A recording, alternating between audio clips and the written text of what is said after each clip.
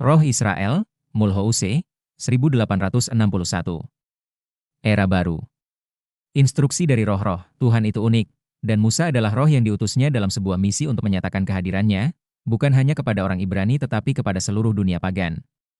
Bangsa Ibrani adalah instrumen yang digunakan Tuhan untuk memungkinkan dia menyatakan diri melalui Musa dan para nabi. Pergolakan yang diderita oleh bangsa ini dimaksudkan untuk menarik perhatian mereka dan dengan demikian membantu mengungkapkan keberadaan keilahian. Perintah-perintah Tuhan sebagaimana yang diwahyukan melalui Musa mengandung esensi moralitas Kristen yang paling luas. Namun, tafsiran dan catatan Alkitab membatasi maknanya, karena jika perintah-perintah itu diterapkan dalam segala kemurniannya, maka hal itu tidak akan dipahami pada masa itu. Meskipun demikian, ke-10 perintah Tuhan ini tetap menjadi pembuka yang cemerlang dan mercusuar yang ditakdirkan untuk menerangi jalan yang harus dilalui umat manusia. Moralitas yang diajarkan oleh Musa sesuai dengan tingkat kemajuan bangsa yang ingin ia perbarui. Orang-orang ini, yang masih semi barbar dalam hal penyempurnaan jiwa, tidak akan mengerti bahwa Tuhan dapat disembah dengan cara lain selain melalui kurban bakaran, atau bahwa seseorang perlu memaafkan musuhnya. Dari sudut pandang material, ilmiah, dan artistik, kecerdasan mereka luar biasa. Tetapi mereka sangat terbelakang dalam hal moralitas dan tidak akan pernah bertobat di bawah naungan agama yang sepenuhnya spiritual.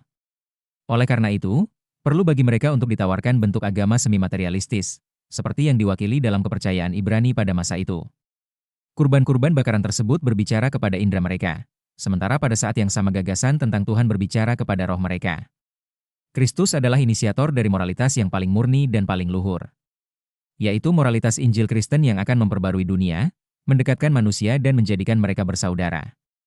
Moralitas ini akan memunculkan kasih sayang dan kasih sesama di dalam semua hati manusia, serta menciptakan solidaritas bersama di antara semua orang.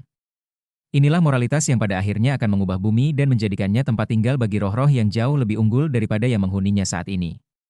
Inilah hukum kemajuan yang menjadi ketetapan alam yang sedang digenapi, dan spiritisme adalah pengungkit yang digunakan Tuhan untuk memajukan umat manusia. Waktunya telah tiba di mana gagasan-gagasan moral harus dikembangkan untuk mewujudkan kemajuan yang ada dalam rencana Tuhan. Gagasan-gagasan ini akan mengikuti jalur yang sama dengan jalur yang telah dilalui oleh gagasan-gagasan tentang kebebasan, yang merupakan pendahulunya. Namun, jangan berpikir bahwa perkembangan ini akan terjadi tanpa perjuangan. Tidak, untuk mencapai kematangan, gagasan-gagasan ini membutuhkan guncangan dan diskusi agar dapat menarik perhatian massa.